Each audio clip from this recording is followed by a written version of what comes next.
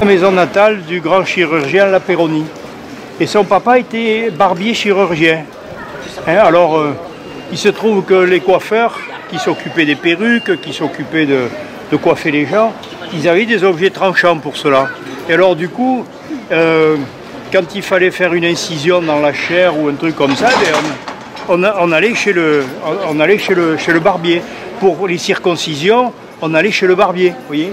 Donc petit à petit, les barbiers chirurgiens, c'était un peu le SAMU de l'époque. Quand on avait un problème, on allait à la boutique, parce que les médecins, ils ne se dérangeaient pas. Les médecins, c'était les seigneurs de la médecine, ils avaient la science. Voilà. Alors, il se trouve que le fils de Lapeyronie, lui, il a envie d'être chirurgien comme son père. Et vous savez que les médecins méprisaient totalement les chirurgiens. Et alors, le père dit à son fils, mais il vaudrait mieux que tu sois médecin. Non, non, je vais être chirurgien. Ah.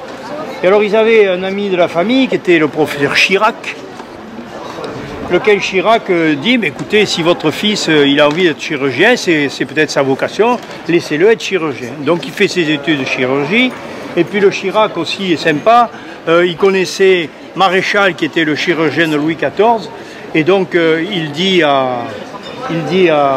propose à Lapeyronie, au jeune Lapeyronie, d'aller faire un stage à la cour auprès de Maréchal, le chirurgien de Louis XIV. Et donc notre jeune diplômé en chirurgie part à la cour pendant quelques années où il est apprécié, où il se fait des relations. Et puis, que son stage terminé, il revient à Montpellier où il est chirurgien à l'hôpital Saint-Éloi qui se trouvait rue de l'actuelle rue de l'Université, qui s'appelle rue de la Blanquerie à l'époque, parce que c'est là où il y a le rectorat. C'était l'hôpital Hôtel-Dieu Saint-Éloi hein, à l'époque. Voilà. Donc là, il fait un cours, il est très apprécié.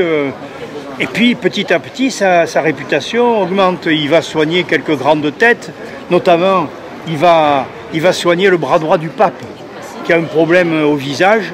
Alors, c'est un gars qui vraiment prépare ses opérations, stérilise ses instruments, fait un plan pour son opération, etc. Vraiment, c'est un type qui travaille sérieusement. Et puis, il a le coup de main. Parce que pour être chirurgien, il faut avoir le coup de main. Voilà.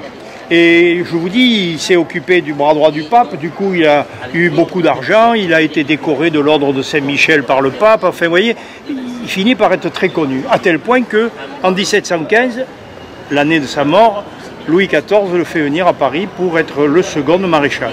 Voilà. Alors il sera le chirurgien du régent et puis il sera le chirurgien de Louis XV. Et comme il est célibataire, il sait être discret, parce que les gens, quand ils se font opérer, quelquefois ils n'ont pas envie qu'on le crie sur tous les toits. Donc il sait être discret et il va devenir finalement le confident de Louis XV. Et alors Louis, il n'a qu'une idée, Lapeyronie, c'est que comme les médecins méprisent les chirurgiens, lui c'est de réunir médecine et chirurgie et qu'on arrête de faire ça. D'ailleurs, en 1853, alors qu'il est en pleine gloire, pour faire un pas vers les médecins, il va aller faire des études de médecine à l'université de Reims. Il fallait le faire quand même, parce qu'il n'avait pas besoin de ça pour être célèbre. Hein. Voilà. Donc, il n'y arrivera pas de son vivant, mais c'est à la Révolution seulement qu'on réunira médecine et chirurgie. Je vous expliquerai pourquoi. Voilà. Donc, ensuite, pour stimuler les chirurgiens, avec Maréchal, il va fonder une académie de chirurgie où les chirurgiens viendront faire des comptes rendus de leurs opérations et discuter entre eux pour améliorer leur technique.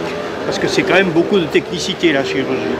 Et puis ensuite, il obtient en 1743 que le roi fasse un édit qui sépare les chirurgiens des barbiers.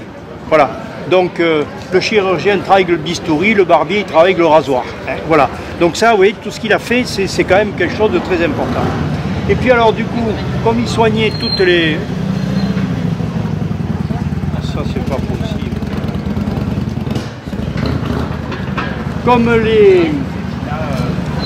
Comme il soignait toutes les têtes couronnées, il a gagné un fric fou. Il a fondé un hôpital pour les pauvres, il a entretenu pas mal sa famille, il était très généreux, célibataire, Et quand il meurt, eh ben, il a une somme d'argent colossale qu'il va partager, puisque tout est pour la chirurgie, entre les chirurgiens de Montpellier et les chirurgiens de Paris. Montpellier, il va leur donner 100 000 livres plus ces deux maisons, en leur disant, s'il vous plaît, vous construisez à Montpellier un amphithéâtre d'anatomie qui soit sur le modèle de celui de Paris, si possible encore plus beau. Alors les chirurgiens de Montpellier, justement, ils essayaient d'avoir un amphithéâtre, ils avaient prévu un amphithéâtre dans le fossé, là où il y a le boulevard de Pommes, et puis finalement ils se disent, oui, mais si on détruit ces deux maisons comme ils nous le demandent pour construire un amphithéâtre, on aura un terrain qui sera trop petit, 180 mètres carrés. Or il se trouve qu'au nord du pâté de maison, il y avait une auberge qui s'appelait Auberge au Lion d'Or.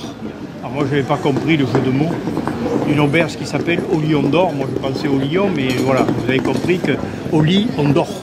Voilà, c'était le thème de cette auberge.